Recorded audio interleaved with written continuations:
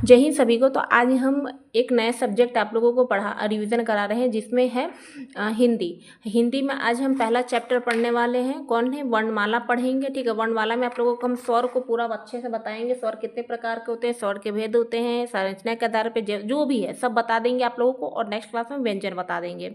तो एक चैप्टर हम लोगों का 2 दिन में समाप्त हो जाएगा। फिर सेकेंड हम उसके बाद नेक्स्ट चैप्टर स्टार्ट करेंगे, संधि। ऐसे आप लोग पढ़ाएंगे। और हिंदी में कुल 33 चैप्टर है। पहले बता देते हैं आप लोगों को, 33 चैप्टर है। तो इस 33 चैप्टर को पढ़ाने का, अच्छे से रिवीजन कराने, आप लोग को सारा रिवीजन करा देंगे। तो इसके लिए आप टेंशन मत लीजिएगा। रहा पीडीएफ का बात, तो देखिए हम उस पर हम खुद इसी चैनल से, माई टीचिंग जर्नी से आप लोगों को मैसेज कर देंगे कि यही मेरा चैनल है, टेलीग्राम चैनल है, प्लीज़ आप इस लोग इससे जुड़ जाइए। तो आप लोगों को समझ में आ गया होगा। बस किसी तरीके से टेलीग्राम से जुड़ जाइए, ताकि आप लोग को अच्छे से पीडीएफ वगैरह सब मिल जाएगा। हम वर्णमाला चैप्टर खत्म करेंगे, फिर वर्णमाला का हम आप लोगों को पीडीएफ दे देंगे, जिससे आप लोग अपने सुविधानुसार जब चाहें तब रिविजन कर सकते हैं।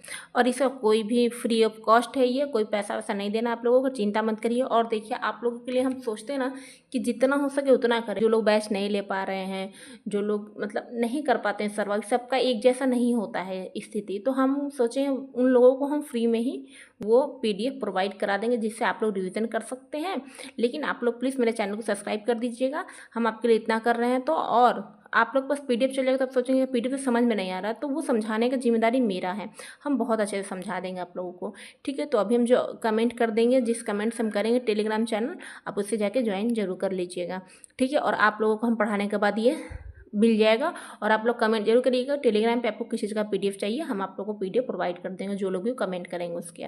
ठीक है, तो आप लोग बेफिक्र रहिए। जैसे जैसे हम रिवीजन कराएंगे, जैसे हम खान सर का भी रिवीजन लेके आएंगे, तो उनका भी पीडीएफ हम आपको फ्री ऑफ कॉस्ट देंगे। ठीक है, और रिवीजन कराने का जिम्मेदारी मेरे पे है। तो हो गया इतना बात, क्योंकि आप लोग के पास बहुत कन्फ्यूजन होता है कि ये रिवीजन तो कर रहे, लेकिन पीडीएफ, सबसे पहले स्टूडेंट के मन में यही क्वेश्चन आते हैं।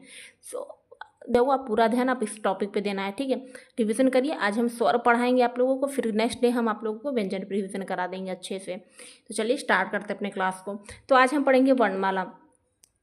ठीक है, वर्णमाला। पहले हिंदी की बात करते हैं। तो हिंदी किस शब्द से लिया गया? फारसी शब्द। किसने? ईरानियों ने लिया था। हिंदी दिवस कब मनाते हैं? 14 सितंबर को। बताइए, हिंदी दिवस कब मनाते हैं? 14 सितंबर को मनाते हैं। विश्व हिंदी दिवस कब मनाते हैं? 10 जनवरी को। अंतर्राष्ट्रीय मातृभाषा दिवस कब मनाते हैं? 21 फरवरी को। भारतीय संविधान में हिंदी की मान्यता कब? 14 सितंबर 1949 को। वर्णमाला, वर्णमाला 2 शब्दों वर्ण धन माला के योग से मिलकर बना है। अब इसका इतना समझा देते हैं। देखिए, आपसे क्वेश्चन किया जाएगा, बताइए हिंदी दिवस कब? 14 सितंबर। विश्व हिंदी दिवस 10 जनवरी। अंतर्राष्ट्रीय मातृभाषा दिवस 21 फरवरी। भारतीय संविधान में हिंदी की मान्यता कब मिली है? 14 सितंबर 1949 को। वर्णमाला, वर्णमाला के 2 शब्दों वर्ण धन माला के योग से मिलकर बनी है। जैसे अब पूछेगा, हिंदी में वर्ण का अर्थ क्या है? ध्वनि है। हिंदी में माला का अर्थ क्या है? समुदाय है। मतलब वर्णों का क्रमबद्ध समूह को ही हम वर्णमाला कहते हैं, जैसे क से लेकर ज्ञ तक। ठीक है, वर्णों का, या फिर ये भी कर सकते हैं कि आप पूछेगा वर्ण समूह किसे कहते हैं, तो वर्णों का अव्यवस्थित समूह को हम वर्ण समूह कहते हैं। ऐसे भी आप लोग कर सकते हैं। अब देखिए, एक क्वेश्चन देखिए कि वर्णों के समुदाय को क्या कहते हैं। पूछेगा वर्णों के समुदाय को क्या कहते हैं, तो आप लोग क्या बोलिएगा? वर्णमाला कहते हैं।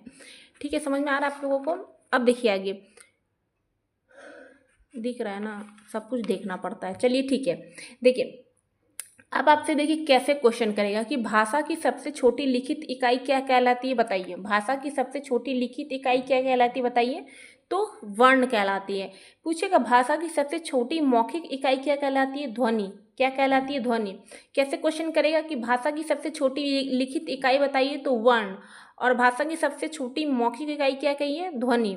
भाषा की सार्थक, जिसका अर्थ हो, सार्थक मतलब क्या होता है? जिसका अर्थ हो। तो भाषा की सबसे सार्थक लघुत्तम इकाई क्या कहलाएगा? शब्द कहलाएगा। अब समझ में आ गया आप लोगों को? तो आप लोग ध्यान से देखिए। ठीक है, अगर देखिए कैसे पूछे, वर्तमान लेखन आधार पर वर्ण कितने हैं? 53 है। वर्तमान एक वर्ण कौन सा जोड़ा गया है? विशिष्ट, विशिष्ट व्यंजन जोड़ा गया, ये याद रखना है आपको। ठीक है, तो वर्तमान लेखन के आधार पर कितने वर्ण है? पहले 52 थे, लेकिन अब एक 53 हो गया है। ठीक है, ये याद रखिएगा। एक देखिए, हिंदी में ध्वनियाँ कितने प्रकार की होती है? बताइए, 2, स्वर और व्यंजन। हिंदी में ध्वनियाँ कितने प्रकार की होती है? 2 होती है, स्वर और व्यंजन। लिपि चिन्हों के व्यवस्थित समूह क्या कहते हैं? वर्णमाला कहते हैं। लिपि चिन्हों के व्यवस्थित समूह को क्या कहते हैं? वर्णमाला कहते हैं। मूल व्यंजनों की संख्या कितनी है? 33। मूल व्यंजनों की संख्या कितनी है? 33। कुल व्यंजनों की संख्या कितनी होती है? 40। देखिए क्वेश्चन करेगा मूल व्यंजनों की संख्या बताइए, तो आप बताइएगा 33, लेकिन कुल व्यंजनों अगर लगा देगा ना तब 40 बोलिएगा। कितने लोगों को कन्फ्यूजन होता है कि कब हमको सही करना है, ठीक है।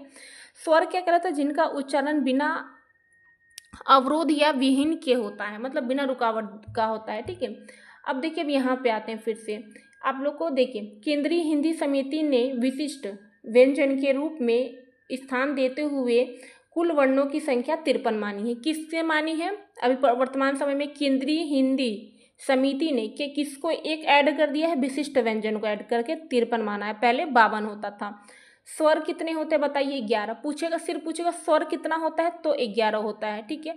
स्पर्श व्यंजन कितना होता है? 25 होता है। ऊष्म व्यंजन कितना होता है? 4 होता है। अंतस्थ व्यंजन क्या होता है? 4 होता है, ठीक है। जैसे देखिए ऊष्म व्यंजन क्या होता है? श जो होते हैं ना वो वाले होते हैं। अंतस्थ व्यंजन क्या होता है? जैसे यर लव, ये अंतस्थ व्यंजन है। संयुक्त व्यंजन कितने होते हैं? 4 होते हैं। द्विगुण व्यंजन 2 होते हैं, जैसे ड ढ। अयोग्य व्याह व्यंजन कितने होते हैं? 2 होते हैं। विशिष्ट व्यंजन कितने होते हैं? 1 होते हैं। टोटल ऐड करेंगे तो 53 आ जाएगा। अभी आप लोग ये ना समझा रहा होगा कि ऐसा स्पर्श व्यंजन क्या है, उस व्यंजन क्या है, अंतस्थ व्यंजन क्या है, संयुक्त व्यंजन क्या है। अब हम भी आपको सब समझाएंगे। अब ये बस आप देखिए शांति से, ठीक है। हम सब बताएंगे क्या होता है। बस ये नहीं है कि ऐसा हम आप लोगों को रीड करा दिए हो गया, वो तो आप लोग भी कर सकते हैं। अभी आएगा सब, एक एक व्यंजन हम पढ़ेंगे। एक चीज़ और देखिए, पूछता है कि कामता प्रसाद गुरु के अनुसार वर्णों की संख्या कितनी है, तो आप बोलिएगा 43 वर्ण है। वहाँ मत लगा के आ जाइएगा, ठीक है। 40 मत लगा के आ जाइएगा। तो कामता प्रसाद गुरु के अनुसार वर्णों की संख्या कितनी है? 40 वर्ण है। इन्होंने 10 स्वर और 33 व्यंजन माना है। अच्छा देखिए उन्होंने क्या माना है? री को नहीं मानते, क्योंकि जब आप री का उच्चारण करेंगे ना तो इसमें व्यंजन र आ जाता है, इसलिए, ठीक है।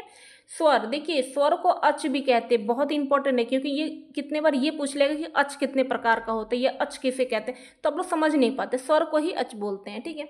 जिन वर्णों का उच्चारण स्वतंत्र रूप से होता है, स्वतंत्र रूप से होगा, जैसे अ। अब बताइए अस्वतंत्र है ना, कुछ नहीं लगा है, आप बोलेंगे आ रहा है, तो नहीं, बस अ ही है, ठीक है। अब क बोलिए तो क व्यंजन हो गया, तो क धन अ से हो जाएगा, तो क्या होता है क। तो ये तो स्वर से मिलकर व्यंजन बना है, इसीलिए बोलते हैं। अब बस अ बोलिएगा तो क्या होगा? ये सिर्फ स्वतंत्र है ना, इसके आगे पीछे कुछ नहीं, सिर्फ ये स्वतंत्र है, ठीक है। याद रखिए जिन वर्णों का उच्चारण स्वतंत्र रूप से होता है, स्वतंत्र है, ये किसी से बंधा नहीं है। अगर ऑप्शन में ना हो तो हम 11 लगाएंगे, याद रखिएगा। ये स्वर की संख्या कितनी है? 13, लेकिन ऑप्शन में अगर 13 नहीं होता है तो हम क्या लगाएंगे? 11 ही लगाएंगे। अगर ऑप्शन में ना हो तो 11 लगाएंगे, 13 नहीं, ठीक है। जैसे देखिए स्वर क्या होता है? अ आ ई, ठीक है। उ बड़ा उड़ी, ए ओ आ, हम ऐसे ही याद करते हैं, ऐसे ही देखिए बस। उच्चारण के आधार पर स्वर कितने होते हैं? 10, क्योंकि आप एक जो री है उसका उच्चारण करेंगे तो र, मतलब वर्ण को उसमें देखा जाता है, मतलब वर्ण का उच्चारण होता है। जैसे अब री बोलिए, री री री री री बोल रहे तो क्या हो रहा है? र का उपयोग हो रहा है कि नहीं? तो इसको क्या करते हैं हम? उच्चारण के आधार पर सिर्फ 10 बोलेगा। उच्चारण के आधार पर स्वर कितना होता है? 10। सिर्फ पूछेगा स्वर कितना होता है तो 11 लगाएंगे, ठीक है। ये भोलेनाथ तिवारी के अनुसार है। अब स्वरों का वर्गीकरण करते हैं, मोस्ट इंपॉर्टेंट। क्या करते हैं? स्वरों का वर्गीकरण करते हैं। पहला उत्पत्ति के आधार पर स्वर हम देखेंगे, ठीक है। अब देखिए उत्पत्ति के आधार पर स्वर देखते हैं, तो एक होता है मौलिक, जिसे मूल स्वर कहते हैं। एक होता है संधि स्वर। क्या होता है? संधि स्वर।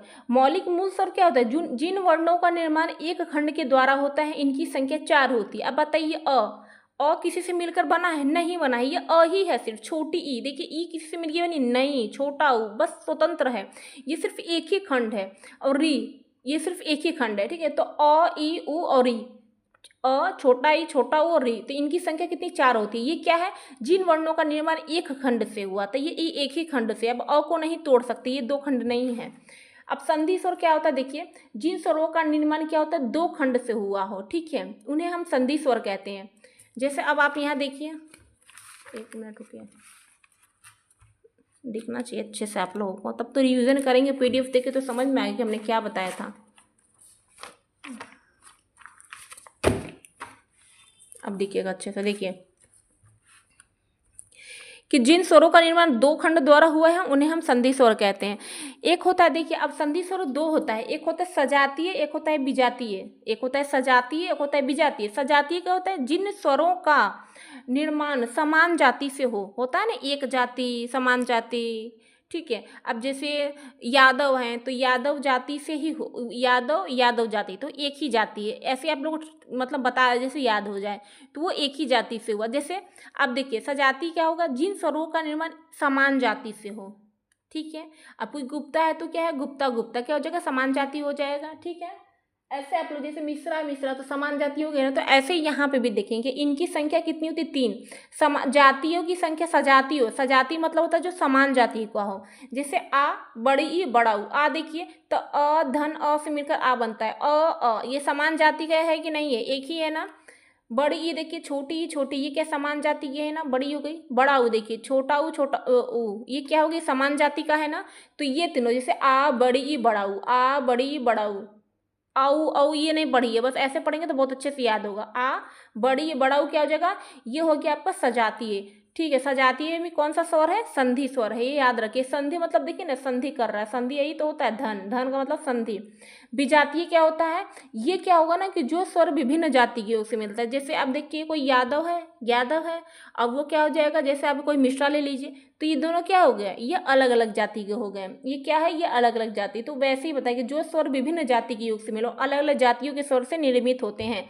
इनकी संख्या 4 होती है और इसको हम संयुक्त स्वर भी कहते हैं। आप समझ में आ गया आपको। जैसे छोटा ए बड़ा ए, छोटा ए देखिए अ धन छोटी ई से मिलकर क्या बनता है, छोटा ए बनता है। ये याद भी रखिए क्योंकि ये पूछा भी जाता है क्वेश्चन में। बड़ा ए का बात करेंगे तो अ धन छोटा ए से क्या मिलकर बनता है, ए। ठीक है। ओ का बात करेंगे तो ये क्या, अ धन छोटा ऊ से मिलकर क्या बनता है, ओ। अब बड़ा ओ का बात करेंगे तो अ धन छोटा ओ से मिलकर क्या बनता है, बड़ा ओ। ऐसे याद रखिएगा। इसको कंठ तालव्य भी कहते हैं इस दोनों का, इसको कंठ ओष्ठीय कहते हैं, ये आगे हम बताएंगे। ठीक है। ऐसे अगर आप पढ़ते हैं ना छोटा ओ तो ये बहुत जल्दी आपको याद होगा, इसलिए हम ऐसे ही रीडिंग इसको कर रहे हैं। ठीक है। ये मत समझिएगा आप लोग। अब आगे देखिए हमने अभी क्या बताया है आपको, किसके आधार पे हम आपको बताए हैं। देखिए उत्पत्ति के आधार पे स्वर बताए हैं, किसके, उत्पत्ति के आधार पे स्वर बताए हैं। देखिए इतना ही में 13 मिनट हो गया। अब देखिए मात्रा के आधार पे स्वर देखेंगे, क्या मात्रा के आधार पे स्वर देखेंगे तो इसे हम कालमान कहते हैं। मात्रा के आधार पे स्वर इसे हम कालमान कहते हैं। ये तो सबको पता होगा। मात्रा के आधार पे स्वर कौन कौन से होते हैं, एक मिनट, मात्रा के आधार पे स्वर कौन कौन से होते हैं, लघु स्वर जिसे हम ह्रस्व स्वर भी कहते हैं, ये याद रखिएगा। गुरु स्वर जिसे हम दीर्घ स्वर भी कहते हैं, प्लुप्त स्वर। ठीक है। एक चीज और पूछता है इसमें, एक मात्रिक स्वर कौन सा है, द्विमात्रिक कौन है और त्रिमात्रिक कौन है। मतलब लघु स्वर की जगह आपको एक मात्रिक भी देखा जा सकता है ऑप्शन में, तो ये भी याद रखना है। अब लघु स्वर गुरु स्वर ये सबको याद होता है, इसलिए एक मात्रिक करके क्वेश्चन पूछा जाता है। ठीक है। एक मात्रिक स्वर, द्विमात्रिक और त्रिमात्रिक कौन होता है। तो देखिए लघु स्वर कौन कौन से होंगे, अभी आपको डिफिनेशन बताएंगे। पहले ये देखिए लघु स्वर क्या होगा, अ छोटा ई छोटा उरी, मतलब वही ना होगा। अब देखिए छोटा है तो लघु मतलब छोटा होता है, तो छोटा छोटा सा इसमें रहेगा। जैसे अ ई उ छोटा, ये कितने हो जाएगा, लघु स्वर 4 होगा। अब देखिए गुरु स्वर, बड़ा ए आएगा, बड़ी ई बड़ा ऊ आएगा ए, लेकिन इसमें ए आएगा, छोटा इसी में आएगा, बड़ा ए आ जाएगा, छोटा ओ आ जाएगा, बड़ा ओ। तो देखिए बड़ा बड़ा जो चीज़ें हैं ना इसी में आएगी, क्या आएगी, इसी में आएगी। ये आपको याद रखना है। अब ये बताइए तो ये आपको वो नहीं लग रहा है, ये सजातीय भी लग रहा है ना आपको, क्योंकि अ ई उ क्या है ये, नहीं सजातीय नहीं है, ये क्या है, ये आपको दिखने को कि मूल स्वर है। ये मूल स्वर इसको हम कहेंगे। जो ये देखिए यहाँ पढ़े थे ना सजातीय में तो दीर्घ में आ जाएगा, जैसे एक जाति का हो। ये मौलिक जैसे पढ़ा था ना मूल स्वर, तो मूल स्वर इसी में आया ना, तो ये मूल स्वर भी हम इसको कहते हैं। जैसे देखिए अ ई उड़ी सजातीय तो ऐसे हो जाएगा, बड़ी ई वो सब चीज़ें आ जाएगी, छोड़िए उसको। तो देखिए तो मूल, ये लघु स्वर को मूल स्वर भी कहते हैं। यही देखिए ह्रस्व स्वर किसे कहते हैं, तो देखिए पहले तो ये देखिए मात्रा के आधार पर स्वर कितने हैं, कुल स्वरों के 3 प्रकार होते हैं, ह्रस्व स्वर, दीर्घ स्वर, प्लुप्त स्वर। ह्रस्व स्वर कहते हैं जिसको, जिन स्वरों का उच्चारण करते समय कम समय लगता है। पढ़िए अ ई उ उड़ी, अ ई उ उड़ी। अब इसको बोले आ आई औ, देख खुद पढ़ना तो कितना बड़ा बड़ा आ रहा है ना, तो इससे समझ सकते हैं आप लोग। दीर्घ स्वर किसे कहते हैं, जिन स्वरों का उच्चारण ह्रस्व स्वरों की अपेक्षा में अधिक समय लगता है या फिर 2 गुना समय लगता है। पढ़िए अ पढ़िए और आ पढ़िए, आ कितना टाइम लग रहा है, आ ठीक है। ठीक है। आप समझ रहे होंगे, समझाने के लिए आप लोग इतने अच्छे से हम बोल रहे हैं। ठीक है। प्लुप्त स्वर क्या, जिन स्वर का उच्चारण कर ह्रस्व और दीर्घ दोनों की अपेक्षा में अधिक समय लगता है, मतलब 3 गुना समय लगता है। ऐसे याद कर सकते हैं कि जिन स्वरों का उच्चारण ह्रस्व स्वर से 3 गुना लगता हो। ठीक है, या फिर गुरु सुर से 2 गुना लगता हो, या फिर आप ऐसे याद कर सकते हैं जिन स्वरों का उच्चारण हर्ष और दीर्घ दोनों की अपेक्षा में अधिक समय लगता हो। अब पढ़िए तो ये ओम, ऐसे मत ओम, ओम क्या होता है ऐसे नहीं पढ़ सकते, ओम ओम पढ़ रहे हैं, देख रहा कितना टाइम लग रहा है, खुद आप लोग समझ सकते हैं। तो ये ऐसे हो गया। अब देखिए अब पढ़ेंगे हम प्लुप्त स्वर, आप लोग बता दिए। अब देखिए क्वेश्चन एक देख लीजिए कि व्यंजन को स्वर रहित लिखने के लिए किस चिन्ह का उपयोग करते हैं, हलंत। अब व्यंजन को, अब जैसे आप क लिख रहे हैं, चलिए आप लोग को यही बता दें, जैसे आप देखिए क लिख रहे हैं तो ये आप लोग को क किससे मिलकर बना है, क धन अ से मिलकर बना है, क धन अ से मिलकर बना है। तो आप बोलेंगे वाव हम इसका संधि कर लिए, वाव हम इसको अलग कर दिए, लेकिन आप यहाँ पे गलत कुछ कर रहे हैं। क्या, आपको ये हलंत लगाना पड़ेगा, तब ये क धन अब ये अलग हुआ, तो इसी को हलंत कहते हैं। यही हलंत चिन्ह हो गया कि अगर आपको व्यंजन को क्या करना होगा, अगर आपको व्यंजन को स्वर रहित बनाना होगा, सहित होगा तो स्वर के साथ, रहित मतलब स्वर के अलग कर दीजिए, तो क धन अ लिखेंगे ना, तो ये नीचे जो लगता है ना, इसी को हलंत कहते हैं। ये आप लोग बस याद रखिएगा, ठीक है। अब ऐसे बस तोड़ेंगे तो इसको नहीं, अब किसी भी संधि को तोड़ते हैं, जैसे विद्यालय को तोड़ते हैं, तो जब भी विद्याधन आलय लिखते हैं ना, तो उस पर क्या हलंत लगाना जरूरी होता है। जब एक वर्ण विच्छेद आता है ना, वर्ण विच्छेद सारा वर्णों को अलग अलग लिखने का आता है, तब आप लोग को हलंत लगाना पड़ेगा। याद हो गया, ठीक है। अब देखिए, अब संधि में तो जैसे विद्याधन आलय होता है तो स्वर तो उसमें रहता है, तो उसमें हलंत नहीं लगता, लेकिन जब वर्ण विच्छेद करेंगे तो उसमें आता है हलंत, वो आगे हम आपको बताएंगे वर्ण विच्छेद। अब देखिए री का, अब एक साथ ही लिखा हुआ है कि री का कहाँ कहाँ क्या कहते हैं। री, र धन छोटा ई से क्या बना है, री। यह वर्णमाला में बड़ा ऊ तथा छोटा ए के मध्य का स्वर है, समझ गए। हिंदी शब्दकोश में इसका क्रम बड़ा ऊ के पश्चात मतलब बाद में आता है। इसका प्रयोग प्रायः तत्सम शब्द में होता है।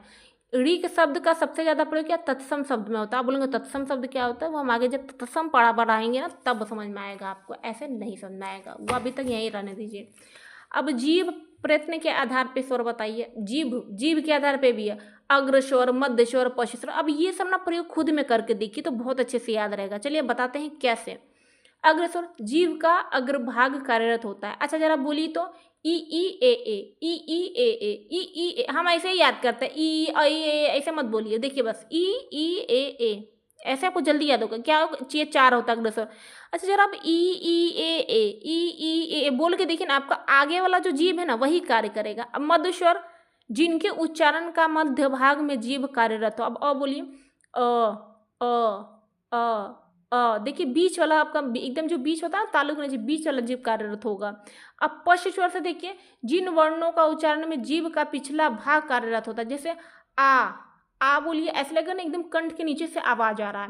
औ आ औ आ उ औ ओ गजब।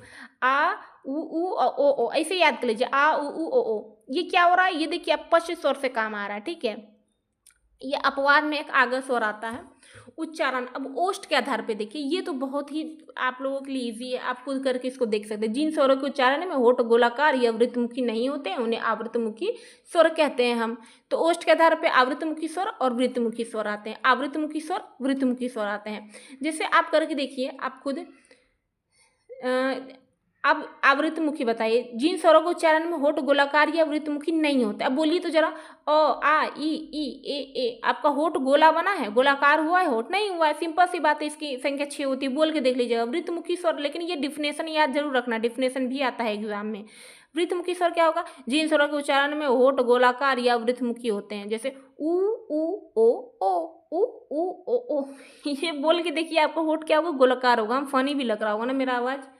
चलिए आप लोग एंजॉय भी करते रहिए, ठीक है। तो ठीक है, होस्ट के आधार पे। अब देखिए एक और इम्पोर्टेंट, ये भी आप आराम से पहचान सकते हैं। मुख खुलने या विवर के आधार पे स्वर कितने होते हैं, 4 होते हैं। संवृत्त स्वर, अर्ध संवृत्त, विवृत्त स्वर, अर्ध विवृत्त। अगर आप डिफिनेशन याद है तो आप अच्छे से पहचान लेंगे। देखिए संवृत्त स्वर क्या, मुख बंद रहता है। जरा मुंह बंद करके बोलिए तो, ई उ ई।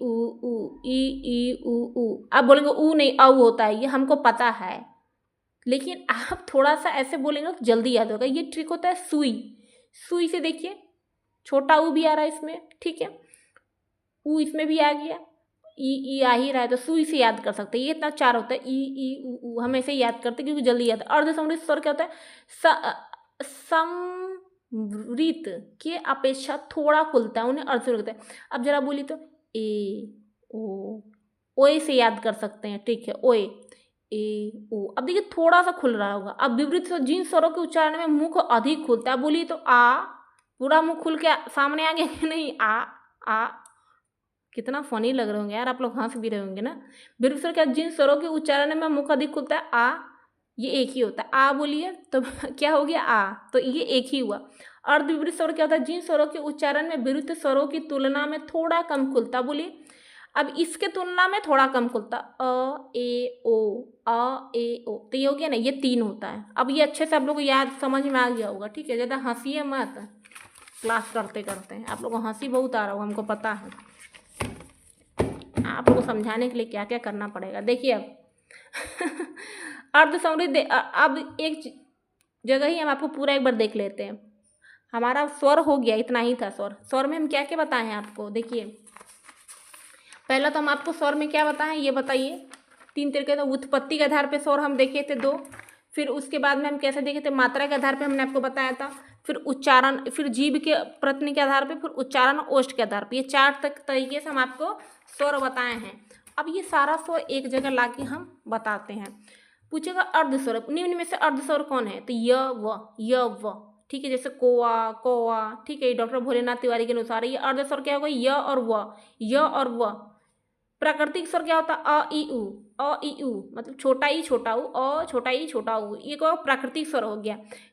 आप देखेंगे तो कंठ स्वर कौन सा, अ आ, बोलिए ना, अ आ, कंठ से निकल रहा होगा, आ, ऐसा लगना कि आपका कंठ बज रहा है, ठीक है, वैसा लगेगा। तालु के स्वर क्या होते हैं, ई। अब देखिए तालु में ना आपका दब रहा होगा जब इसको बोल रहे होंगे, ई, छोटी ई बड़ी ई, छोटी ई बड़ी ई, ऐसे बोल के देखिए, छोटी ई बड़ी।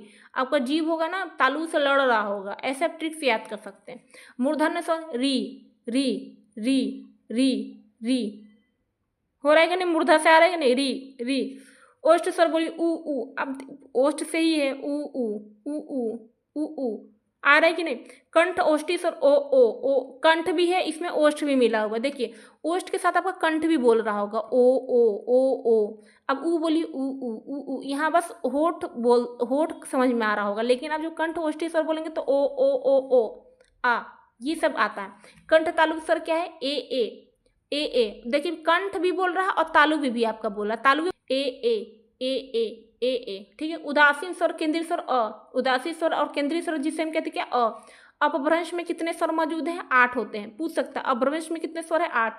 आ ई, छोटी ई, बड़ी ई, छोटा ऊ, बड़ा ऊ, ए ओ, यही होता है। अह और अह, ये और ई नहीं आता है इसमें, ये याद रखिएगा।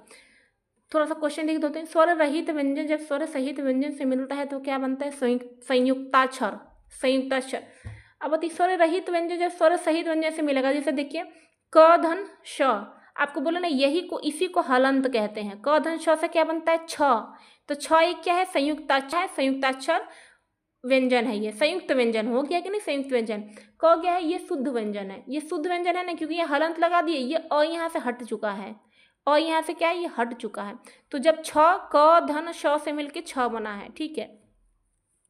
बोलेंगे छ को जब तोड़ेंगे ना तो कैसे बनेगा, क धन श से मिलकर ही छ बनता है, तो ये क क्या है, ये शुद्ध व्यंजन है, ठीक है।